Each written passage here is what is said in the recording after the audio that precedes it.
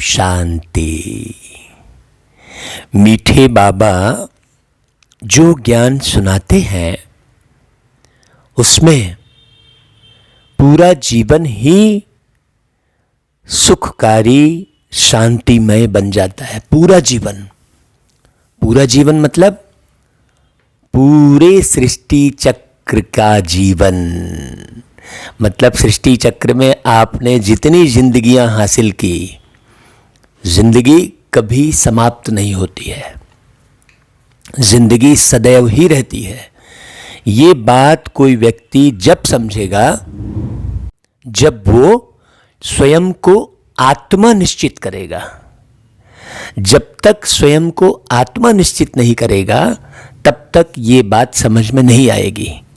अब हमने लिखा कि भाई बाबा का ज्ञान आपको बुद्धिमान बनाता है, तो क्यों ना शरीर छोड़ने के पहले बाबा के ज्ञान को अच्छे से समझ लो और बुद्धिमान बनकर शरीर छोड़ो। तो कुछ भाइयों का मैसेज आया कि बुद्धिमान बनकर भी शरीर छोड़ना है तो क्या फायदा बुद्धिमान बनने का। सोचो, अरे भाई आप बुद्धिमान बन के शरीर छोड़ोगे तो अगले जन्म जो अगला फिर शरीर लोगे तो बुद्धिमानी से काम करोगे तो दुख नहीं होगा।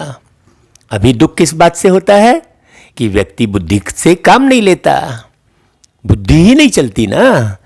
एक व्यक्ति जो है मोची है तो मोची ही है, वो जूता पॉलिश ही कर रहा है, सिलाई कर रहा है। क्यों? क्योंकि वो बुद्धि केवल वहां तक सीमित रख लिया है, उसने बुद्धि को आगे बढ़ाया नहीं। तो बुद्धि का दाता तो परमात्मा है। तभी तो मंदिर में जाकर कहते हो भाई हे प्रभु मुझे बुद्धि दे दो। तो व्यक्ति आत्मज्ञान को समझा है, ये कब मालूम पड़ेगा? जब वो आगे की जिंदगी को संवारने का पुरुषार्थ कर रहा है, तब मालूम पड़ेगा कि हाँ वो आत्मज्ञान हासिल कर रहा है। नहीं तो मैं आत्मा हूं, शांत स्वरूप हूं, आनंद स्वरूप हूं, प्रेम स्वरूप हूं, ये रटने से थोड़ी। व्यक्ति आत्मज्ञान भी सुन रहा है और पूरे समय वो धंधे में लगा हुआ है, दुकानदारी में लगा है, इधर की चर्चा में लगा है, उधर की चर्चा में लगा है, घर गृहस्थी में ही लगा है वो पूरे समय। तो वो अपने जीवन को संवार ही नहीं रहा है। और भाई आपने आत्मज्ञान सुना तो आप उस ज्ञान के द्वारा औरों को भी ज्ञानी बनाएंगे, तब तो आप लाभ हासिल करेंगे। आपने ज्ञान सुना और बस मैं तो ज्ञानी हो गया और अपने घर गृहस्थी और धंधे धोरी में ही लगे रहे। आपने औरों को भी ज्ञानी बनाने का पुरुषार्थ नहीं किया, आपने वो समझ औरों के अंदर और विकसित नहीं की, तो क्या फायदा? क्या आप अकेले इस दुनिया में उतरेंगे? कोई भी व्यक्ति ऊपर से नीचे उतरा तो कब उतरा? जब और लोगों को देखा, समझा, जाना कि भाई नीचे जाना चाहिए, तब वो ऊपर से नीचे आया। भाई किसी भी शहर में आप जाते हैं तो दो लोगों से तो कोई शहर नहीं बन जाता है, दो लोगों से तो कोई गांव नहीं बन जाता, दो लोगों से कोई कॉलोनी नहीं बन जाती। आज कोई भी कॉलोनाइजर है, बिल्डर्स है, उसकी बिल्डिंगें और उसके फ्लैट्स या उसके भवन कब बिकते हैं? जब बहुत सारे लोग उसे खरीदते हैं और रहने लगते हैं। मान लो बहुत सारे लोगों ने खरीद लिया और रहना भी शुरू नहीं किए तो भी कोई वहां नहीं जाएगा।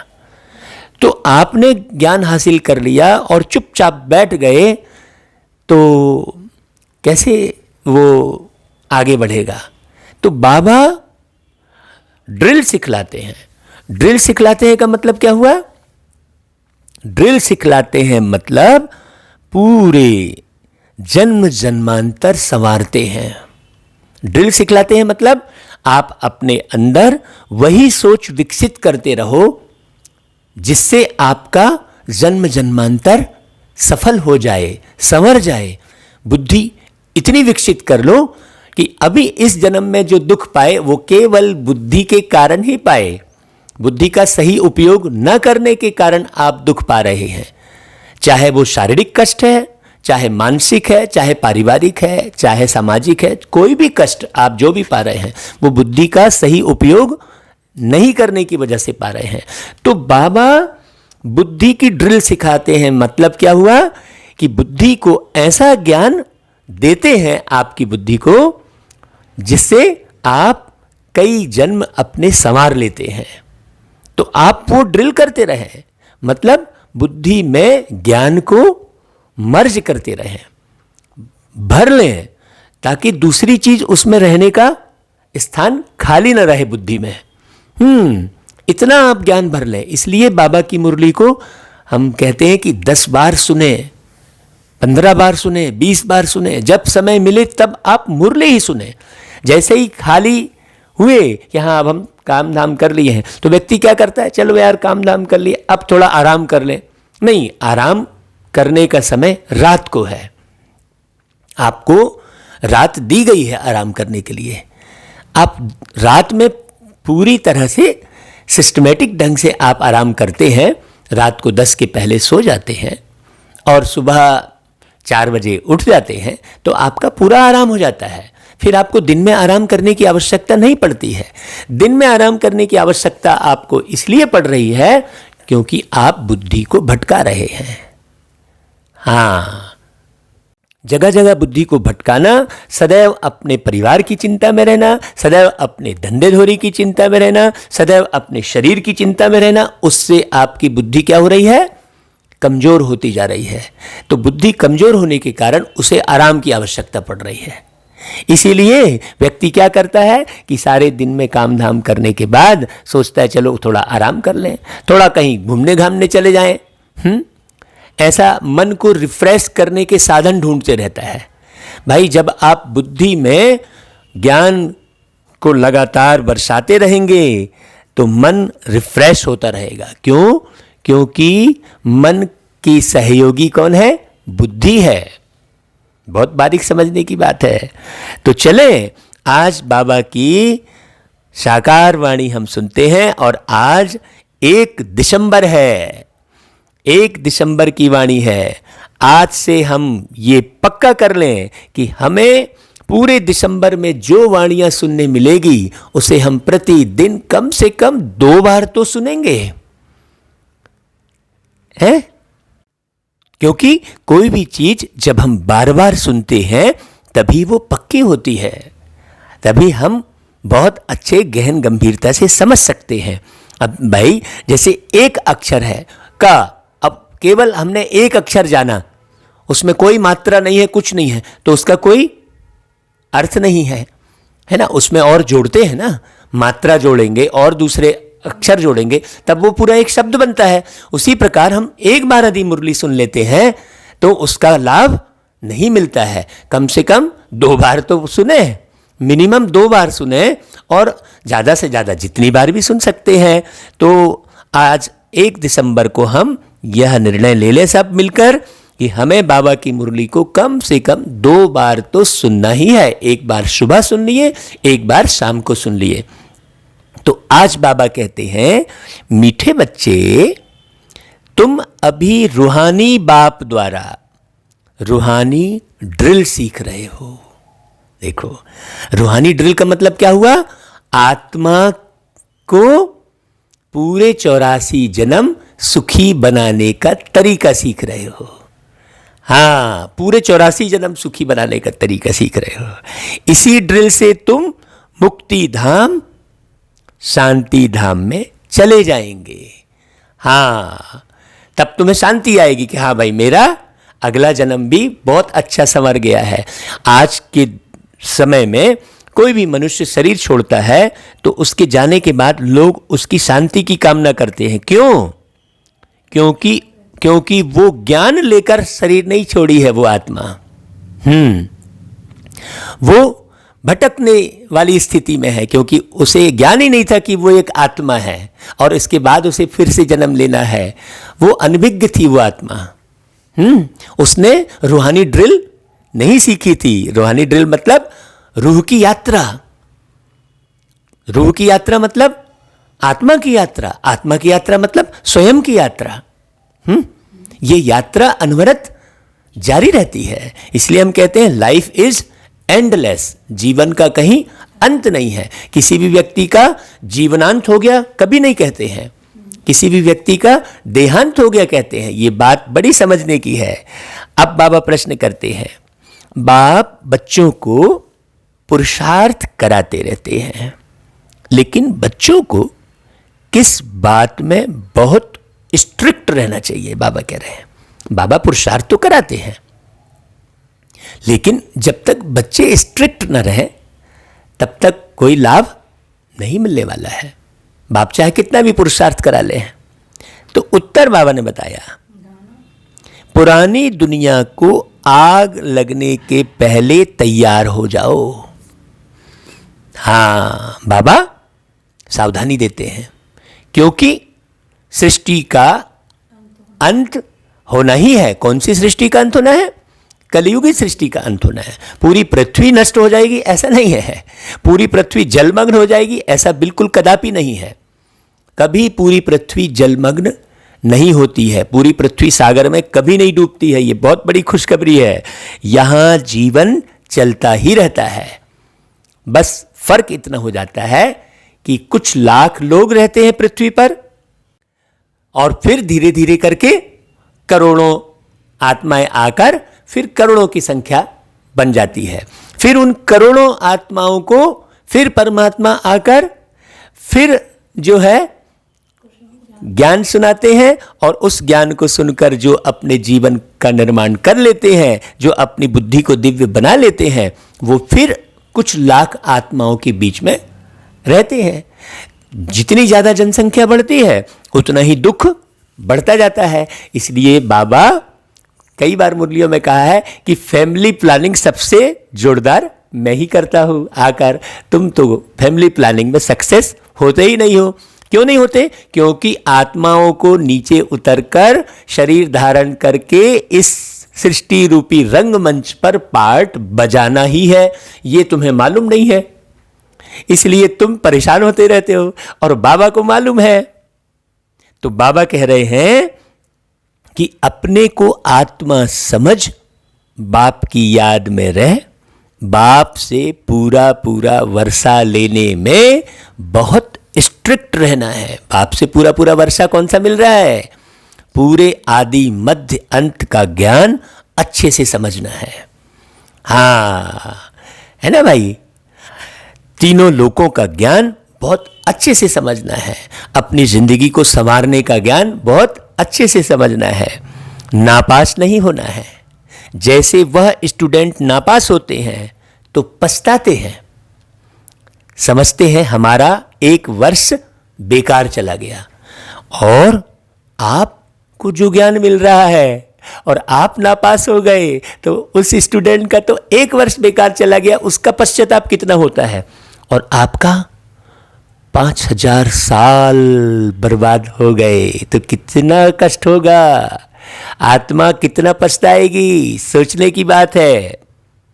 क्यों? क्योंकि बाबा कोई एक वर्ष आपका नहीं संवार रहे हैं, आपके पूरे 5000 साल आपको सुख शांति का वर्षा दे रहे हैं। बड़ी गहरी समझने की बात है। कोई तो कहते हैं नहीं पढ़ा तो क्या हुआ, अब इतने लापरवाह रहते हैं। लेकिन बाबा कहते हैं, बच्चे तुम जो रोज मुरली सुन रहे हो, बाबा को याद कर रहे हो, तो तुम्हें बहुत स्ट्रिक्ट रहना है, सावधान रहना है। टीचर ऐसा न कहे कि टू लेट हो गए। कल टीचर ऐसा ना कहे कि भाई तुम तो अब समझने में देरी कर दिए। भाई घड़ी समय तो अपने रफ्तार पर चलता ही है ना भाई? जैसे सूर्य अपने समय पर डूबता ही है, वैसे ही ये सृष्टि चक्र घूमकर ये कलयुग की रात पूरी होनी ही है, सतयुगी सवेरा होना ही है। तो तुम भैया रात के राही थक मत जाना, सुबह की मंजिल दूर नहीं है, ऐसा कहते हैं ना। यहां पर मुझे वो फिल्मी गीत याद आ रहा है, देखिए आपको ध्यान दीजिएगा कि रात भर का ये मेहमान अंधेरा किसके रोके रुका है सवेरा। तो भाई सतयुगी सवेरा आने से कोई नहीं रोक सकता। ये बेहद के चक्र का ज्ञान बेहद रूप में अच्छे से समझकर चलो मेरे मीठे भाइयों। तो बाबा कहते हैं ओम शांति। रूहानी बाप रूहानी बच्चों को रूहानी पाठशाला में डायरेक्शन देते हैं। वाह, ऐसे कहें कि बच्चों को ड्रिल सिखलाते हैं। भाई जैसे ड्रिल करते हैं ना, तो ड्रिल करते जैसे पानी निकालते हैं तो ये मालूम रहता है कि भाई पहले माप रखते हैं कि हाँ भाई कितने गहरे में पानी निकलेगा, तो उतना ड्रिल पूरा करते हैं, है ना, है ना। तो ड्रिल करते हैं तब फिर मालूम रहता है। तो ऐसा ही सृष्टि चक्र का मालूम हो गया है, तो तुम ड्रिल करो ना। देखो बात बड़ी समझने की है। बाबा कहते हैं जैसे टीचर्स डायरेक्शन देते हैं वह ड्रिल सिखलाते हैं ना, यह रूहानी बाप भी बच्चों को डायरेक्ट कहते हैं। भाई क्या कहते हैं? मन मना भव, मतलब अपने मन को संवारो। हाँ, इस मन के द्वारा इस भव का निर्माण करो। जैसे वह कहते हैं अटेंशन प्लीज, बाप कहते हैं मन मना भव। बात बारीक है। यह जैसे हर एक अपने ऊपर मेहर करते हैं, मतलब अपने मन को देखो। मन मना भव मतलब अपने मन को मनाओ ज्यादा से ज्यादा, तब तुम इस भाव से पार होकर एक बेहतरीन भाव का निर्माण कर सकेंगे। केवल पार नहीं होना है, इस भाव से पार लगा दे नैया कहते हैं। भाई कहाँ पार लगा दे किसी को ये भी नहीं मालूम है। भाई इस भाव से हटा दे, मुझे ऊपर बुला ले भगवान, हे प्रभु मुझे ऊपर बुला ले, तो कहाँ ऊपर बुला ले? ये अवस्था की बात है।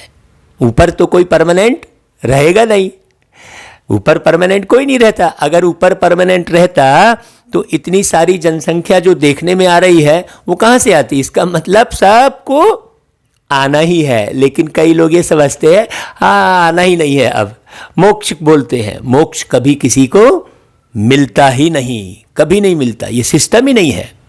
बाबा ने इस सृष्टि के पूरे सिस्टम को बहुत अच्छे से समझाया।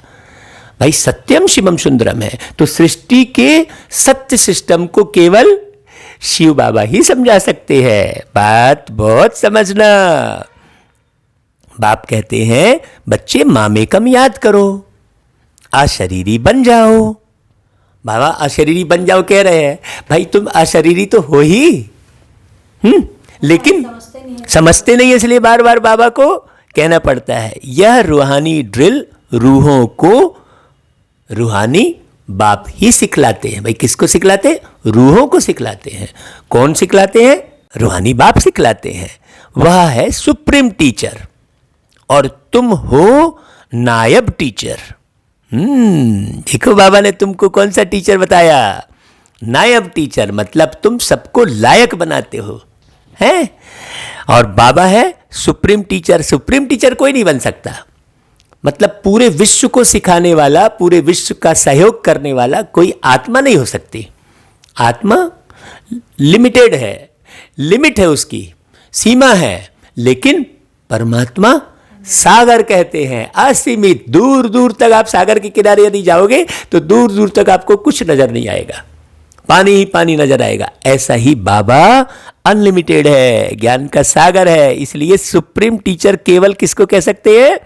परमात्मा को कह सकते हैं। तुम भी सबको कहते हो, अपने को आत्मा समझो, बाप को याद करो। भाई कहते हो? बाबा पूरे निश्चय से बच्चों के लिए कह रहा है कि तुम भी कहते हो। अब पूछो अपने दिल से, कहते हो क्या? हाँ, ऐसा नहीं हाँ हाँ करे मुंडी हिला दिए, ऐसा नहीं। बाबा कहते हैं देही अभिमानी भाव, मन मना भाव का अर्थ भी यह है। डायरेक्शन देते हैं बच्चों के कल्याण के लिए। हाँ, बाबा कहते हैं कि भाई, बाबा कहते हैं कि मैं खुद किससे सीखा नहीं हूं, और जितने भी सब टीचर्स हैं सीख कर फिर सिखलाते हैं। लेकिन बाबा स्वयं के लिए क्या बोल रहे हैं कि मैं किसी से थोड़ी सीखता हूँ भाई, बाबा तो ज्ञान के सागर है। यह तो कहाँ स्कूल आदि में पढ़कर सीखा नहीं है बाबा ने, है ना भाई। बाबा सिर्फ सिखलाते हैं, कहते हैं मैं तुम रूहों को रूहानी ड्रिल सिखलाता हूँ। हाँ, पूरे 84 जन्मों का, हाँ, पूरा गड्ढा बताता हूँ कि भाई कहाँ कहाँ गड्ढे हैं, कहाँ पत्थर निकलेगा। भाई जब अपन ड्रिल करते हैं तो पत्थर भी निकलते हैं, तो मिट्टी भी निकलती है ना भाई, संभालना पड़ता है सारा। फिर बहुत देर बाद पानी निकलता है, जब पानी निकलना शुरू होता है तब ड्रिल करना बंद करते हैं, है ना भाई। तो ऐसा ही जब तुम्हारी बुद्धि भरपूर हो जाती है, पूरा तुम केवल सतयुगी याद में रहते हो, सतयुगी संस्कार धारण कर लेते हो, हाँ, तब फिर ड्रिल सिखाना बंद हो जाएगी। भाई उतने लोग तो चाहिए, सब एक जैसे, जो एक जैसे रहें, तब तो बंद करेंगे, तब तो विनाश होगा। नहीं, बाबा से बोलते बाबा विनाश कब होगा, अरे तुम तैयार तो हो जाओ पहले, बाबा तो तुम्हारा इंतजार कर रहे हैं, तुम विनाश का इंतजार कर रहे हो। बात समझने की है बहुत। तो बाबा कहते हैं वह सब जिस्मानी बच्चों को जिस्मानी ड्रिल सिखलाते हैं, है ना भाई। शरीर की बात करेंगे, पूरा जो भी बाप है वो क्या करेंगे, बच्चा जब पैदा होता है तो कहते बच्चे बता तेरी आंख कहाँ है, नाक कहाँ है। ये थोड़ी बाप सिखाते हैं कि बच्चे तुम कौन हो, तुम कहाँ से आए हो, तुम्हारा लक्ष्य क्या है जीवन का, ये कोई बाप कहाँ सिखाते हैं? हाँ, वो तो जिस्मानी ड्रिल सिखलाते हैं। उन्हों को ड्रिल आदि भी शरीर से ही करनी होती है, इसमें तो शरीर की कोई बात ही नहीं है, इसमें बात है बुद्धि की। बाप कहते हैं मेरा कोई शरीर नहीं है। भाई ऐसा कोई बोलेगा क्या? आज तक किसी भी मंच पर किसी ने ऐसा बोला क्या कि मेरा तो कोई शरीर नहीं है? ये शब्द ही बता रहा है कि ये मुरली किसकी चल रही है? परमात्मा की चल रही है, अशरीरी बाप की चल रही है। स्पष्ट सुन लेना, मैं तो ड्रिल सिखलाता हूँ, डायरेक्शन देता हूँ, उनमें ड्रिल सिखलाने का ड्रामा प्लान अनुसार पार्ट भरा हुआ है। किनमें? प्यारे शिव बाबा में सर्विस भरी हुई है बाबा में। बात बहुत समझना, आते ही है ड्रिल सिखलाने। तुमको तमो प्रधान से सतो प्रधान बनना ही है। वही कहा ना कि रात भर का मेहमा अंधेरा किसको रोकेगा, किसके रोके? रुका है सबेरा। बहुत बारीक समझने की है, यह तो बहुत सहज है, सीढ़ी बुद्धि में है। कैसे 84 का चक्र लगाए नीचे उतरते हैं, ये ज्ञान किसने बताया? हाँ, नहीं तो लोग बोले अरे मेरे को दुख क्यों हो रहा है, अरे भगवान दुख दूर करो। अरे भाई तुम ही नीचे उतरते आए हो, ये सीढ़ी का ज्ञान बहुत अनिवार्य है। अब जब हमें मालूम पड़ा हाँ भाई हम ही नीचे उतरते आए हैं, तो अब हमको चढ़ने का भी ज्ञान होना चाहिए ना। तो चढ़ने का ज्ञान तो केवल एक शिव बाबा बताएंगे, बाकी सब तो नीचे उतरने का ही बताते हैं। अब भाई बच्चे पैदा किए, शादी कर दिए, तो नीचे ही उतरेगा, वो विषय विकार में ही जाएगा। हैं? विषय विकारों का उत्साह मनाते हैं, बताओ लोग। जिस दिन विषय विकार में गिरे हैं, वो एनिवर्सरी मनाते हैं। सोचो, जिस दिन पतित हुए हैं उसकी खुशियां मनाते हैं। ज्ञान ही नहीं है भाई। काम महाशत्रु है, गीता में हजारों बार पढ़े होंगे, लेकिन फिर भी ध्यान ही नहीं है उस तरफ कि भाई हम गिर किस तरफ रहे हैं। देह के भान गिराता है, देह के भान में गिरते हैं। बाबा कहते हैं मैं तो ड्रिल सिखलाता हूँ। बाबा कहते हैं कि अब बाप कहते हैं तुमको वापस जाना है, अब समय हो गई है शाम, चलो लौट चले घर, प्यारा पिता बुलाता, पूरा हुआ सफर, हो गई है शाम। ये बेहद की शाम की बात है ना भाई। इस गीत को पूरा सुनना आप। हाँ, ये गीत का अंतरा भी बड़ा प्यारा है। बड़ी शान से कभी हम घर छोड़ करके निकले, माता पिता बिसारे दुनिया में राह भूले, दुनिया में राह भूले। अब तो वही निशाना आता हमें नजर, हो गई है शाम। ये समझने की बात है।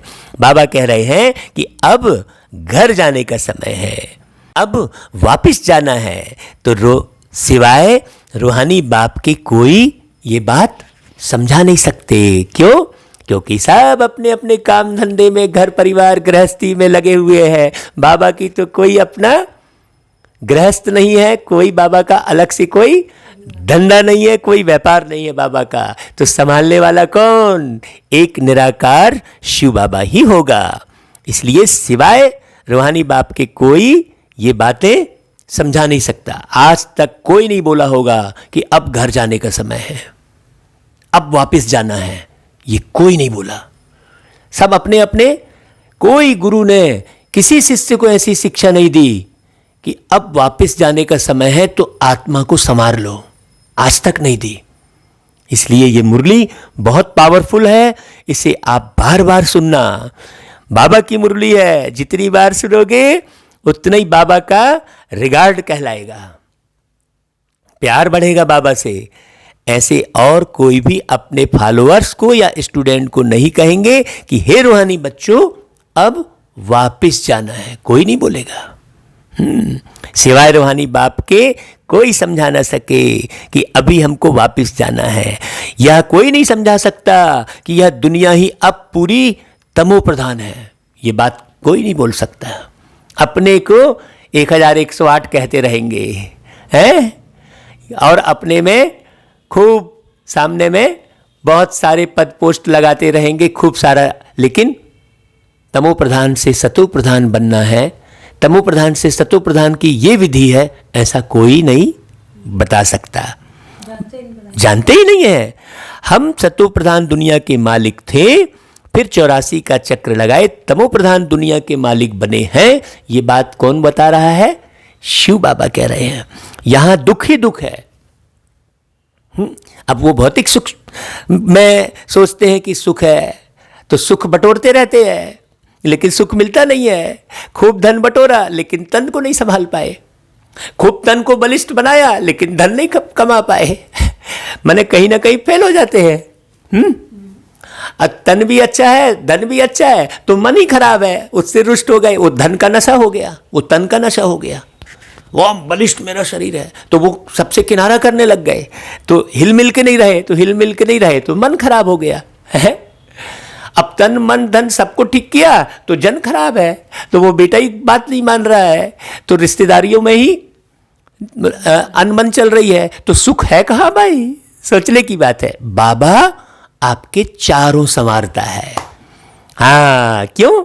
क्योंकि बाबा सीधे रूह का निर्माण करता है। ये सारा खेल किस पर टिका हुआ है?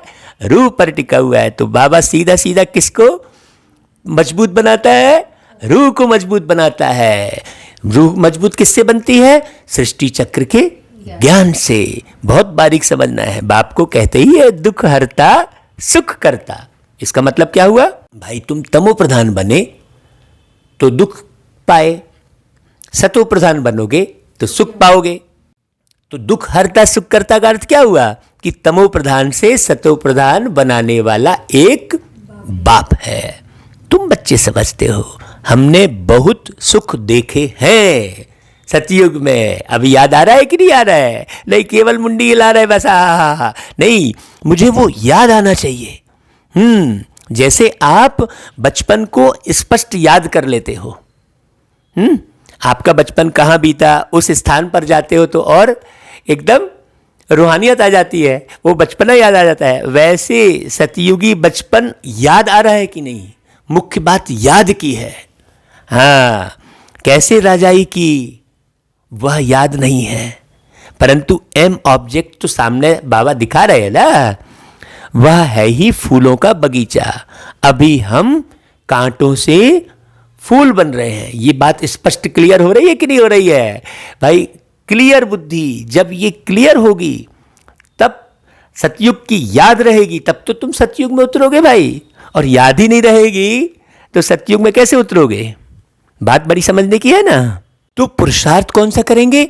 यहां का भूला हुआ रहे और सतयुग याद रहे, सतयुग के संस्कार याद रहें, और सतयुग के संस्कार याद कर करके वैसे ही संस्कार धारण कर ले अभी से, क्योंकि यहाँ के संस्कार ही वहाँ काम आएंगे। यहाँ का ज्ञान ही आत्मा में इतना मर्ज हो जाए कि वो ज्ञान आपको पूरे जन्म जन्मांतर काम आए। तो बाबा का ज्ञान जब तक मर्ज नहीं होगा ये सृष्टि चक्र का पूरा परमानेंट, तब तक आप सतयुग में उतर नहीं सकते। आप 1000 बार मुरली सुन लें, लेकिन मर्ज करना, उसी को बाबा कह रहे हैं ड्रिल करना। ड्रिल करना मतलब आत्मा के अंदर आप स्वयं आत्मा के अंदर क्या कर लें? ज्ञान को पूरी तरह से स्थापित कर लें। आत्मा में बाबा के ज्ञान को स्थापित करने पर ही आप स्वर्ग की स्थापना कर पाएंगे। तो बाबा कहते हैं तुम ऐसे नहीं कहेंगे कि कैसे निश्चय करें, है ना भाई? कैसे निश्चय करें ऐसा थोड़ी कहेंगे। अगर संशय है तो विनशंति, स्कूल से पैर उठाया तो पढ़ाई बंद हो जाएगी, सीधी सी बात है। पद भी विनशंति हो जाएगा, बहुत घाटा पड़ जाता है। प्रजा में भी कम पद हो जाएगा क्योंकि ज्ञान ही नहीं रहेगा। बुद्धि को जितना बढ़ाना है बढ़ा लो। मुझे तो इस बात की बहुत खुशी होती है कि हर कल्प में बाबा मुझे यही अवसर देते हैं। कल्प कल्प की स्मृति रहनी चाहिए। यहाँ मुरली, बाबा की मुरली पढ़ना, पढ़ाना, सुनना, सुनाना, समझ समझ के सुनना, समझा समझा के सुनाना, बहुत अच्छे से सुनाना, ये कल्प कल्प ये ड्रामा रचा हुआ है। और देखो जब हम यहाँ मेहनत करेंगे, जो वर्तमान वही भविष्य, तो उस मेहनत का फल तो वो मिलना ही है। इसलिए बाबा कहता है कि मूल बात ही है सतो प्रधान पूज्य देवी देवता बनना। भाई सतो प्रधान पूज्य देवी देवता कब बनना? इसी संगम पर बनना, पूरे दिव्य गुण धारण करके शरीर छोड़ना। हाँ, ये पक्का कर लो। अभी तो देवता नहीं हो ना कि बन गए। बाबा पूछता है भाई अभी नहीं हो। तुम ब्राह्मणों को समझ आई है, ब्राह्मण ही आकर बाप से यह ड्रिल सीखते हैं। ब्राह्मण मतलब जो पूरे ब्रह्मांड का कल्याण करे, वही ब्राह्मण। केवल अपने तक सीमित न रहे। अपने तक सीमित रहते हैं कौन? कलियुगी संस्कार वाले। और विश्व का कल्याण करने वाले ही ब्राह्मण कहलाते हैं। अंदर में खुशी भी होती है। बाबा पूछ रहे हैं यह पढ़ाई अच्छी लगती है ना? देखो बाबा कैसे पूछ रहे हैं, क्योंकि पढ़ाई अच्छी कब लगेगी? जब इस पढ़ाई से प्राप्ति का बिल्कुल पक्का रहेगा कि मुझे ये इस पढ़ाई से ये मिलना ही है, तो पढ़ाई अच्छी लगेगी। सीधी सी बात है। भगवानुवाच है, भल उन्होंने कृष्ण का नाम डाल दिया है, परंतु तुम समझते हो कृष्ण ने यह ड्रिल सिखलाई नहीं है बल्कि सीखी है। यह तो शिव बाबा सिखलाते हैं। कृष्ण एक शरीर का नाम है।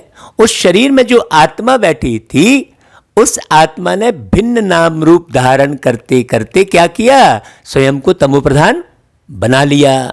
तो वो आत्मा तमो प्रधान बनी। कौन? कृष्ण नाम के शरीर में जो आत्मा कृष्ण नाम से जीवन जी रही थी, इसलिए उन्हें फिर श्याम कहा। तमो प्रधान बनी तब श्याम कहा ना।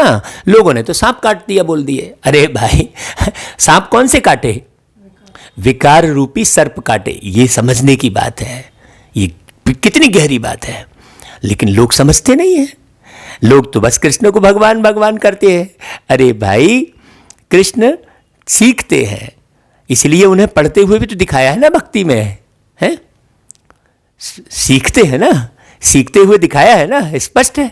गुरु के आश्रम में सांदीपनी आश्रम में पढ़ते हुए दिखाया है ना, तो यहां पर स्पष्ट हो जाना चाहिए कि जो सीख रहे हैं वो सुप्रीम टीचर कैसे कहलाएंगे, है ना, नायब टीचर कह सकते हैं। बाबा ने आज बहुत प्यारी बात कही, सुप्रीम टीचर तो कौन है, केवल एक शिव बाबा जो अशरीरी है। शिव को कहीं किसी आश्रम में पढ़ते नहीं दिखाया है, गौर करने की बात है। रामचंद्र जी को गुरु वशिष्ठ जी के आश्रम में पढ़ते दिखाया है, कृष्ण जी को सांदीपनी आश्रम में पढ़ते दिखाया है, तो यहां पर समझना चाहिए। लेकिन किसने पढ़ाया ये बात नहीं मालूम। खुद परम सदगुरु ने आकर उन सब आत्माओं को पढ़ाया, जो कृष्ण बने उस आत्मा को, जो राम बने उस आत्मा को, जितने भी देवी देवता है, जो आत्मा है, देव आत्मा है, स्पष्ट कहते हैं। देव परमात्मा थोड़ी कहते हैं, देव आत्मा कहते हैं। दिव्य गुण से संपन्न आत्मा को देव आत्मा कहते हैं, देव परमात्मा नहीं कहेंगे। परमात्मा बिल्कुल अलग है। गीता में लिखा है आत्मा परमात्मा अलग रहे बहुकाल, मतलब कृष्ण जो आत्मा है वो परमात्मा से बहुत काल से अलग रही, फिर योग लगाया परमात्मा से, इसलिए कृष्ण को योगेश्वर कहते हैं, माने ईश्वर से योग लगाने वाली आत्मा। बड़ी गहन गंभीर बात है। अब हो सकता है आप में से कोई वही कृष्ण हो जो सुन रहे हो, आप हो सकते हो, है ना भाई। अब देखो, जांचो अपने पुरुषार्थ को, बहुत गहराई से जांचोगे तो मालूम पड़ेगा कि अरे आप ही कृष्ण बनने वाले हो। ऐसा देखो कैसे फिर नशा चढ़ेगा, अरे वाह मैं ही कृष्ण हूं जिसको सब बहुत प्यार करते हैं, ऐसा फिर नशा चढ़ेगा। बाबा कहते हैं कि शिव बाबा तो खुद किसी से सीखते नहीं, और सब तो कोई ना कोई से सीखते जरूर हैं। यह है ही सिखलाने वाले रूहानी बाप, तुमको सिखलाते हैं, तुम फिर औरों को सिखलाते हो। तुम 84 जन्म ले पतित बने हो। भाई आप कृष्ण की आत्मा, आप सिखा भी रहे हो, इसलिए कृष्ण जी को वहां सिखाते भी दिखा दे रहे हैं। बात बड़ी समझने की है। लेकिन शिव जी को तो कहीं पढ़ते नहीं दिखा रहे हैं ना। हाँ, कहीं भी गायन नहीं है कि शिव जी यहां से पढ़ाई किए, लेकिन कृष्ण जी को पढ़ाते दिखा रहे हैं और पढ़ते भी दिखा रहे हैं, दोनों दिखा रहे हैं। अब बाबा आकर ये पढ़ा रहे हैं, शिव बाबा, ये किसी को मालूम नहीं है। किस प्रकार से पढ़ा रहे हैं ये भी नहीं मालूम है, कोई विधि नहीं पता।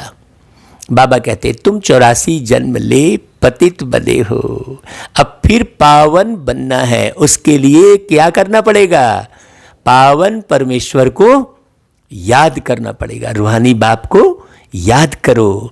भक्ति मार्ग में तुम गाते आए हो, हे पतित पावन। अभी भी तुम कहाँ भी जाकर देखो, तुम राज ऋषि हो ना, कहाँ भी घूम फिर सकते हो, तुमको कोई बंधन नहीं है। तुम बच्चों को यह निश्चय है कि बेहद का बाप सर्विस में आए हैं। बाप बच्चों से पढ़ाई का उजूरा कैसे लेंगे, टीचर के ही बच्चे होंगे तो फ्री पढ़ाएंगे ना भाई।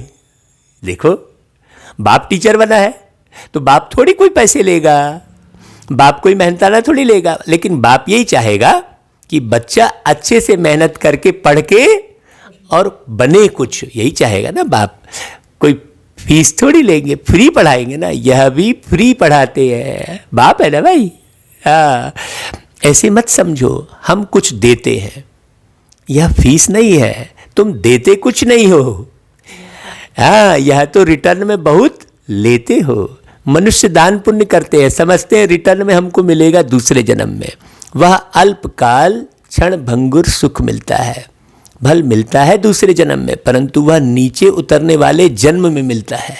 देखो, बात समझने की है, क्योंकि भाई वहां से तो फिर अब तुम नीचे ही उतर रहे हो ना। सतयुग के बाद तो फिर त्रेता ही आना है ना, त्रेता के बाद फिर द्वापर, और फिर द्वापर के बाद कलयुग ही आना है। ये सीढ़ी का ज्ञान पूरा समझना पड़ेगा। सीढ़ी उतरते ही आते हो ना। अभी जो तुम करते हो वह है चढ़ती कला में जाने के लिए। इसलिए अभी जितना धन सफल कर सकते हो कर लो, जितना मन सफल करना चाहो कर लो, जितना तन सफल करना चाहो कर लो, जितने जन को सफल करना चाहो कर लो। यही समय है। हाँ, यही समय है, मन बुद्धि से तू उनको मान ले। ऐसा गीत गाए थे ना, है? ऐ मन मेरे शिव बाबा का ज्ञान ले, प्यारे शिव बाबा को तू पहचान ले। ऐ मन मेरे, ये ऐसे कई सारे गीत, पूरे ज्ञान जैसे जैसे पढ़ते चले गए वैसे वैसा गीत अपने आप बाबा ने बनवाते गए। बड़ी प्यारी बात है। बाबा कहते हैं कि कर्म का फल मिलता ही है, ऐसा कहते हैं ना भाई। आत्मा को कर्म का फल मिलता है, शरीर को थोड़ी। शरीर तो है ना निर्जीव है, एक वस्तु के जैसा है शरीर। फल किसको मिलता है? आत्मा को। इन लक्ष्मी नारायण को भी कर्मों का ही फल मिला है ना, जो इनके मंदिर बने हैं। जरूर कभी ना कभी भाई साकार शरीर दिखा रहे हैं। शिव बाबा का तो साकार कोई शरीर है ही नहीं, साकार शरीर लक्ष्मी नारायण का दिखा रहे हैं। तो ये लक्ष्मी नारायण का पद कब और कैसे पाया, ये किसी को नहीं मालूम। बेहद के बाप से बेहद का फल मिलता है, वह मिलता है इनडायरेक्ट। ड्रामा में नूंद है और यहां मिलता है डायरेक्ट। यह भी बना बनाया ड्रामा है, तुम जानते हो। देखो ये भी कितनी खुशी की बात है कि ये बना बनाया ड्रामा है, बस तुम्हें ड्रामे की पटरी पर एक्यूरेट चलना है। कल्प बाद आकर बाप से हम बेहद का वर्षा फिर लेंगे, कितनी खुशी होती है। बाप हमारे लिए बैठ स्कूल बनाते हैं। बताओ, परमात्मा आकर स्कूल बनाते हैं, ये बात किसी को थोड़ी मालूम है। वह गवर्नमेंट के हैं जिस्मानी स्कूल, और ये परमात्मा का है रूहानी स्कूल, जो भिन्न भिन्न प्रकार से आधा कल्प पढ़ते आए। अब बाप 21 जन्मों के लिए सब दुख दूर करने लिए पढ़ाते हैं। जिस्मानी स्कूल में तो आप आधा कल्प पढ़ते आए भिन्न भिन्न प्रकार से, है ना भाई। लेकिन ये रूहानी स्कूल कल्प में एक बार ही खुलता है। इसके बाद ऐसा स्कूल आपको पूरे किसी जन्म में नहीं मिलेगा। बाबा कहते हैं 21 जन्मों के लिए सब दुख दूर करने के लिए पढ़ाते हैं। ऐसा कोई बोल सकता है क्या कि भाई 21 जन्मों के दुख दूर करने के लिए मैं पढ़ा रहा हूं? आज तक किसी ने बोला? न किसी शास्त्र में लिखा है, न किसी वेद में लिखा है कि भगवान 21 जन्मों के दुख दूर करने के लिए पढ़ाते हैं। बाबा कहते हैं वहां तो है राजा ही, उसमें नंबरवार तो आते ही हैं। जैसे यहां भी राजा रानी वजीर प्रजा आदि सब नंबरवार है ना, तो वहां भी होंगे वैसा ही, जो यहां से जैसा पढ़ा होगा। यह है पुरानी दुनिया में, नई दुनिया में तो बहुत थोड़े होंगे, इसलिए वहां सुख बहुत होगा। यहां तो भीड़ लगी हुई है, सब मुखिया बनने को आगे बढ़े हुए हैं। हर एक व्यक्ति अपने को मुखिया समझता है, हर एक व्यक्ति समझता है, और उस मुखिया के भान में वो किसी ना किसी के ऊपर रौब झाड़ता ही रहता है? परिवार का मुखिया समझेगा तो परिवार के सदस्यों पर क्रोध उतारता रहेगा। तो मुखिया समझता है हर एक व्यक्ति। यहाँ तो वहाँ तो ऐसा है नहीं, वहाँ एक ही मुखिया होता है। तो बड़ी फिर प्यार रहता है, अधिकार नहीं रहता फिर वहाँ क्योंकि एक मुखिया होता है पूरे विश्व का, और पूरे विश्व का मुखिया बनाने वाला कौन? विश्व का मालिक शिव बाबा। अब सोचो कितना तीव्र पुरुषार्थ करना है। विश्व का मुखिया एक ही होता है, तो बोलो एक ही सीट है ना। यहाँ तो कितनी सीटें रहती हैं, उसके बाद भी वो सीट भर नहीं पाती है, लोग खाली के खाली रहते हैं। यहाँ तो एक सीट पर जाने की बात है, तो कितनी मेहनत करनी पड़े। है बाबा कहते हैं यह है पुरानी दुनिया, नई दुनिया में तो बहुत थोड़े होंगे। तुम विश्व के मालिक बनते हो, राजाएं महाराजाएं होकर गए हैं ना, वह कितनी खुशियां मनाते हैं। परंतु बाप कहते हैं उन्हों को तो फिर नीचे गिरना ही है जो राजा महाराजा होकर गए। गिरते तो सब है ना, देवताओं की भी आहिस्ते आहिस्ते कला उतरती है। परंतु सतयुग और त्रेता युग में रावण राज्य ही नहीं, इसलिए सुख ही सुख है। भले कला नीचे उतरती है लेकिन विषय विकार नहीं रहता, तो सुख ही सुख है। यहां है रावण राज्य, तुम जैसे चढ़ते हो वैसे गिरते भी हो।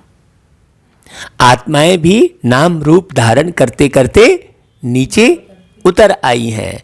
ड्रामा प्लान अनुसार कल्प पहले मुआफिक गिरकर तमोप्रधान बन गए हैं। काम चिता पर चढ़ने से ही दुख शुरू होता है। देखो बाबा पूरी मूल बात बता रहे हैं। ये बात किसी ने नहीं बताई आज तक। हाँ, ब्रह्मचर्य व्रत धारण करो कहते हैं एक तरफ, और दूसरी तरफ फिर है विकारों में गिराते भी हैं। अभी है अति दुख, वहां फिर अति सुख होगा। तुम राजऋषि हो, उनका है ही हठ योग। हाँ, तुम कोई से भी पूछो रचता और रचना के आदि मध्य अंत को जानते हो तो नहीं कह देंगे। हाँ, पूछेंगे वह जो जानते होंगे। भाई पूछेंगे भी कौन? जो बुद्धि में मर्ज रखेंगे। नहीं तो यहां से सुने और फिर धंधेधोरी में लग गए पूरी तरह से बुद्धि। भाई धंधाधोरी करो लेकिन बुद्धि का योग किधर रखो? ज्ञान से रखो, परमात्मा की याद से रखो बुद्धि का योग। तो खुद ही नहीं जानता तो पूछ कैसे सकते हैं? तुम जानते हो ऋषि मुनि आदि कोई भी त्रिकालदर्शी नहीं थे। बाप हमको त्रिकालदर्शी बना रहे हैं। यह बाबा जो विश्व का मालिक था, इनको ज्ञान नहीं था। किनको? ये ब्रह्मा बाबा भी पूरा भूले हुए थे। हाँ, इस जन्म में भी 60 वर्ष तक ज्ञान बिल्कुल भी नहीं था। 60 वर्ष के बाद जब बाबा आए तो भी आहिस्ते आहिस्ते यह सब सुनते रहे, तब सुनाते जाते हैं। भल निश्चय बुद्धि हो जाते हैं, फिर भी माया बहुतों को गिराती रहती है। पुराने संस्कार जल्दी से खत्म नहीं होते हैं। आदत जो है एक रस्सी की तरह रहती है, जल जाती है लेकिन ऐंठ दिखाई देती है। आदत जो है रस्सी की तरह है। बहुत समझने की बात है। बाबा कहते हैं माया बहुतों को गिराती रहती है लेकिन नाम नहीं सुना सकते, नहीं तो नाउम्मीद हो जाएंगे। बाबा को मालूम है। समाचार तो आते हैं ना, संग बुरा लगा, नई शादी किए हुए का संग हुआ, चलायमान हो गया। जिसने नई नई शादी की है वो मित्र मिल गया तो बुद्धि गई। कहते हैं हम शादी करने बिगड़ रह नहीं सकते। अच्छा, महारथी रोज आने वाला यहां से भी कई बार होकर गया है, उसको माया रूपी ग्रह ने आकर पकड़ा है, उसी को फिर हाथी दिखा दिए हैं।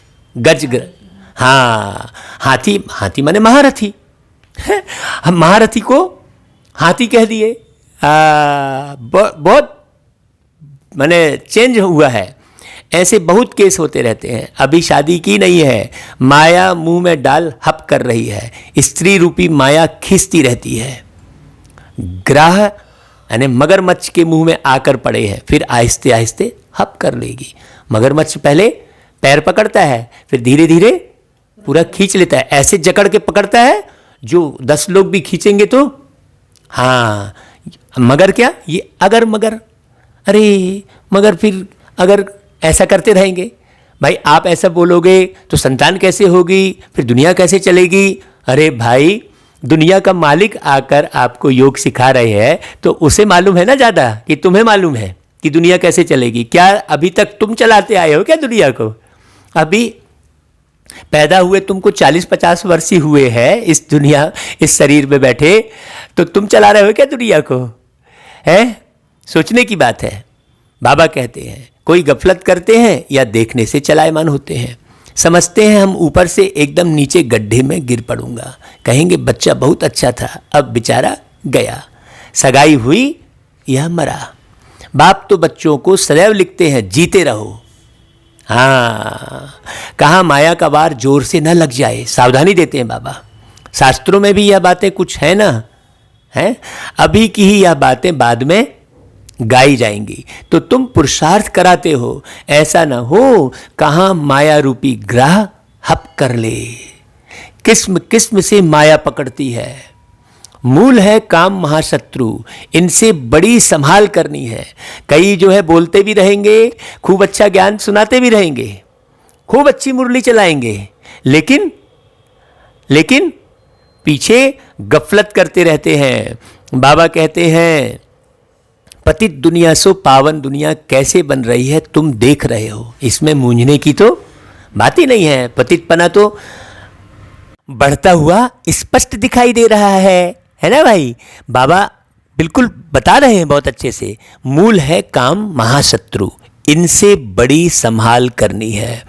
पतित दुनिया सो पावन दुनिया कैसे बन रही है तुम देख रहे हो। मूंझने की बात नहीं है, सिर्फ अपने को आत्मा समझ बाप को याद करने से सब दुख दूर हो जाते हैं। अब कोई मुरली को ही पूरा नहीं सुनते। हाँ, हम तो देखते हैं भाई व्यूवर्स खूब सारे, लेकिन हावर्स बहुत कम। इसका मतलब लोग मुरली ऐसी हल्की पुल्की बस काम चलाओ सुन ले रहे हैं। पूरी पूरी मुरली जितने व्यूवर्स दिखाई दे रहे हैं, यदि पूरा पूरा सुने तो सोचो कितना अच्छा निर्माण ना हो जाए। लेकिन पूरा कोई सुनता ही नहीं है। बाबा कहते हैं मुरली सुनने से ही आपका योग बल अच्छा होगा। बाबा कहते हैं बाप है ही पतित पावन, यह है योग बल। भारत का प्राचीन राजयोग बहुत मशहूर है। समझते हैं क्राइस्ट से 3000 वर्ष पहले पैराडाइज था, तो जरूर और कोई धर्म नहीं होगा। कितनी सहज बात है, परंतु समझते नहीं। अब भाई जैसे उदाहरण के तौर पर हजरत मोहम्मद पैगंबर आए, उन्होंने, है ना भाई, उन्होंने इस्लाम धर्म की स्थापना की। तो हजरत मोहम्मद पैगंबर जब आए तो कहीं ना कहीं जन्म लिए होंगे ना। इस्लाम धर्म की तो स्थापना आने के बाद की ना, तो कहाँ जन्म लिए वो, सोचने की बात है। धर्म स्थापक जब उस धर्म के नहीं हैं तो फिर ये अलग से धर्म कहाँ से आ गया, सोचने की बात है। बाबा कहते हैं ऐसा ही फिर ईसा मसीह जी के साथ हुआ होगा, ऐसा ही सारे धर्मों के साथ हुआ होगा। फिर कई पंथ बन गए, अब कबीर पंथ और कितने सारे पंथ बन गए। बाबा कहते हैं समझते नहीं, अभी तुम समझते हो। वह राज्य फिर से स्थापन करने के लिए बाप आए हैं। 5000 वर्ष पहले भी शिव बाबा आए थे, जरूर यही ज्ञान दिए होंगे ना, जैसे अभी दे रहे हैं। बाप खुद कहते हैं मैं कल्प कल्प संगम पर साधारण तन में आकर राजयोग सिखलाता हूं। तुम राज ऋषि हो, पहले नहीं थे भाई। राज ऋषि का अर्थ हमने पिछली मुरलियों में बहुत अच्छे से बताया है, आप उन मुरलियों को बार बार सुन लो।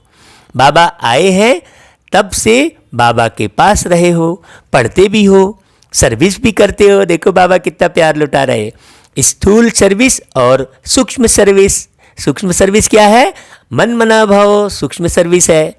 भक्ति मार्ग में भी सर्विस करते हैं, फिर घर बार भी संभालते हैं।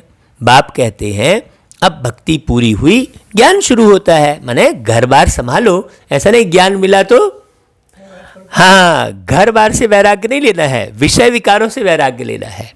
बाबा कहते हैं मैं आता हूं ज्ञान से सद्गति देने। तुम्हारी बुद्धि में है, हमको बाबा पावन बना रहे हैं। बाप कहते हैं ड्रामा अनुसार तुमको रास्ता बताने आया हूं। देखो बाबा ड्रामा को ऊपर करते हैं।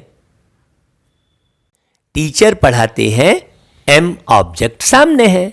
यह है ऊंचते ऊंच पढ़ाई।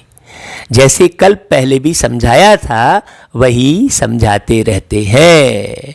बाबा कहते हैं ड्रामा की टिक टिक चलती रहती है, सेकंड बाय सेकंड जो बीता सो फिर 5000 वर्ष बाद रिपीट होगा। इसलिए खूब अच्छे से बिताओ, हर सेकंड को अच्छे से बिताओ, क्योंकि फिर वैसा ही रिपीट होने वाला है। दिन बीतते जाते हैं, दिन बीत जाए गुजर जाए रातें, बाबा तेरी यादों में। ऐसे गीत आपने सुना होगा। यह ख्याल और कोई की बुद्धि में नहीं है। सतयुग त्रेता द्वापर कलयुग बीत गया, है ना भाई, वह रिपीट होगा। बीता भी वही जो कल पहले बीता था, बाकी थोड़े दिन है। वह लाखों वर्ष कहते थे भाई, लाखों वर्ष होते तो अभी बाबा कैसे आ जाते। सोचने की बात है। उनकी भेंट में तुम कहेंगे बाकी कुछ घंटे हैं।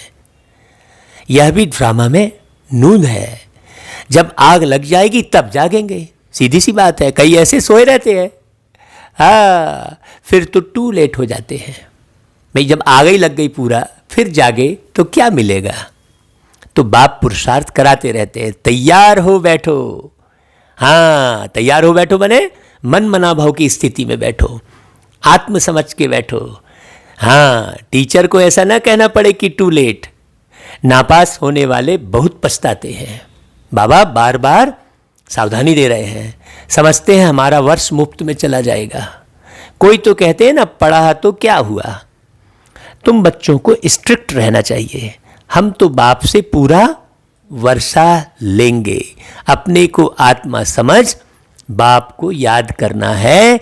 इसमें कोई तकलीफ होती है तो बाप से पूछ सकते हो।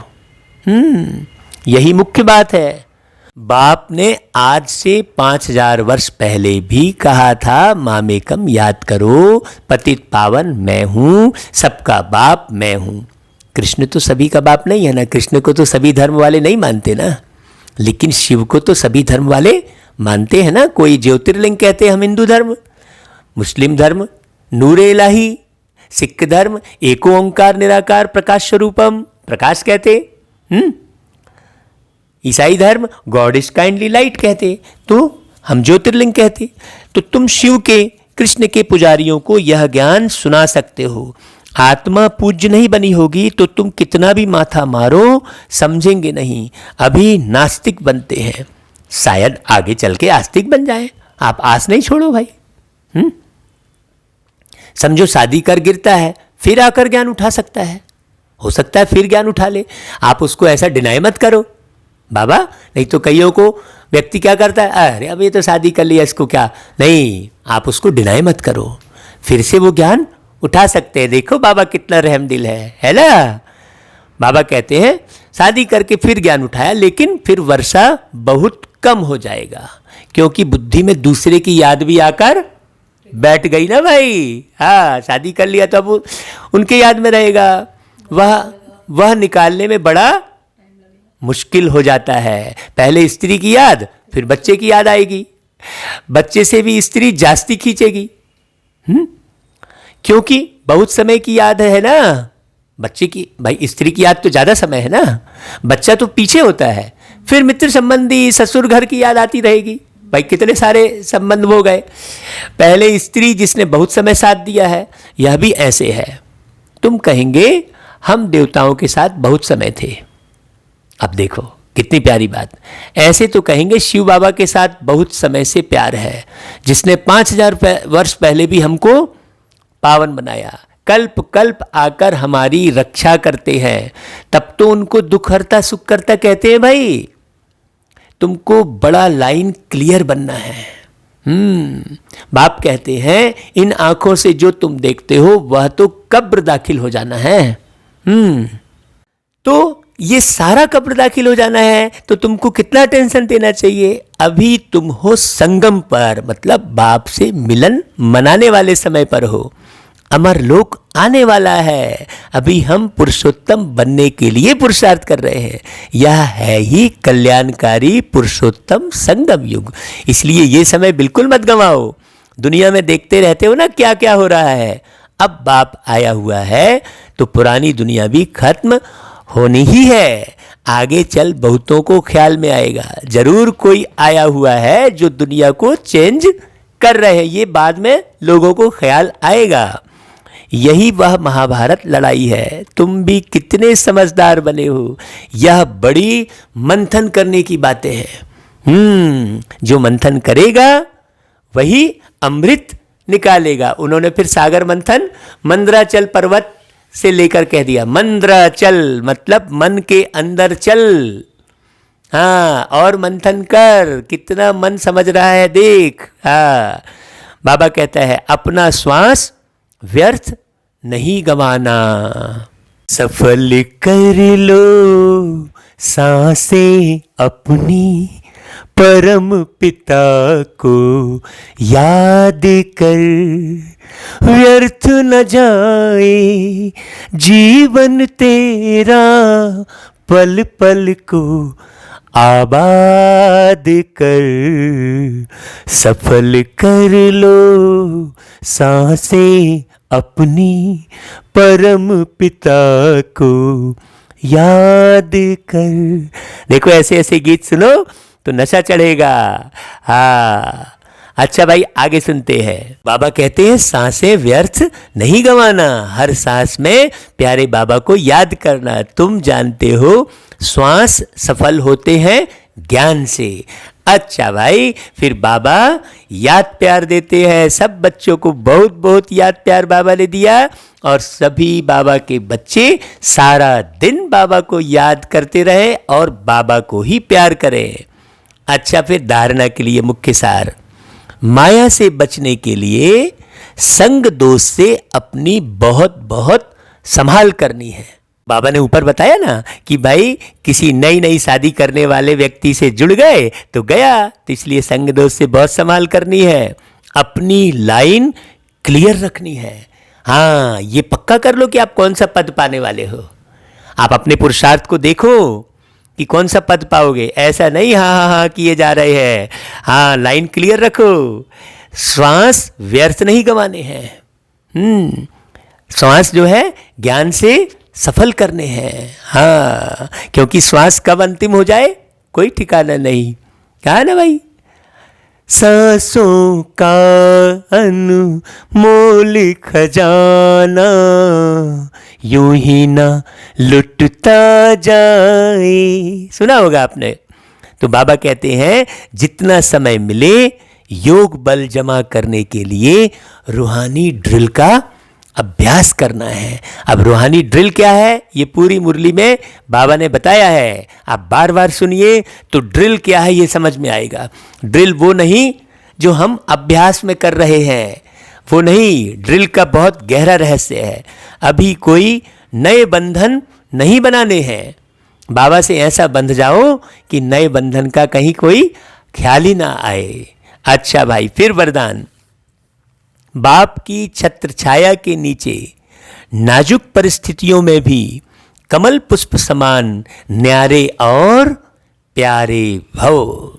संगम युग पर जब बाप सेवाधारी बन करके आते हैं तो छत्र छाया के रूप में बच्चों की सदा सदा सदा सेवा करते हैं, है ना भाई। याद करते ही सेकंड में साथ का अनुभव होता है। भाई किसको होगा सेकंड में साथ का अनुभव? जो पूरी श्रीमत का पालन करेगा, पवित्र रहेगा, अपनी दृष्टि की संभाल करेगा। ऐसा नहीं कि सुंदर चेहरे की तरफ आकर्षित हो गए और कुछ भी ख्याल चलने लगा, पीठ पीछे कुछ भी कर रहे हैं, कोई नहीं देख रहा है, बहन जी नहीं देख रहे, भाई जी नहीं देख रहे, चलो, ऐसा नहीं। उसे कभी भी याद करते ही सेकंड में साथ का अनुभव नहीं होगा। उस आत्मा को कभी नहीं होगा जो गफलती करेगा। बाबा कहते हैं यह याद की छत्र छाया कैसी भी नाजुक परिस्थितियों में कमल पुष्प के समान न्यारा और प्यारा बना देती है। कई वर्षों से बाबा के ज्ञान योग की धारणा पे चल रहे हैं तो ऐसे अनुभव मुझ आत्मा को हजारों लाखों बार हो चुके हैं। मेहनत बिल्कुल नहीं लगती है अगर याद की छत्र छाया में रहेंगे तो। बाप को सामने लाने से, स्वस्थिति में स्थित होने से कैसी भी परिस्थिति परिवर्तन हो जाती है। ये हम आपको ऐसे हजारों लाखों अनुभव सुना सकते हैं। विकराल परिस्थिति भी चुटकी में समाप्त हो जाती है। हाँ, ये बहुत अच्छे अनुभव है। कभी अनुभव की क्लास भी बताएंगे भाई, और आप भी अपने अनुभव का वीडियो बना के भेज सकते हैं। अच्छा भाई, फिर स्लोगन। बातों का पर्दा बीच में आने ना दो तो बाप के साथ का अनुभव होता रहेगा। हाँ, नहीं तो ऐसा नहीं था ना, वो तो ऐसा हो गया, वो तो ऐसा था, कारण गिनाने से कोई फायदा नहीं है। बातों का पर्दा मतलब कारण गिनाते हैं, मेरे ऐसे भाव नहीं थे, वो तो ऐसा हो गया इसलिए हो गया, ये पर्दे हैं। ठीक है। अच्छा भाई, ओम शांति। ये आज 1 दिसंबर की मुरली चली, तो आज की मुरली इतनी बार सुनना, क्योंकि आज 1 तारीख को जो करेंगे वो पूरे महीने भर करेंगे, ऐसा लोग कहते हैं। ठीक है भाई, ओम शांति।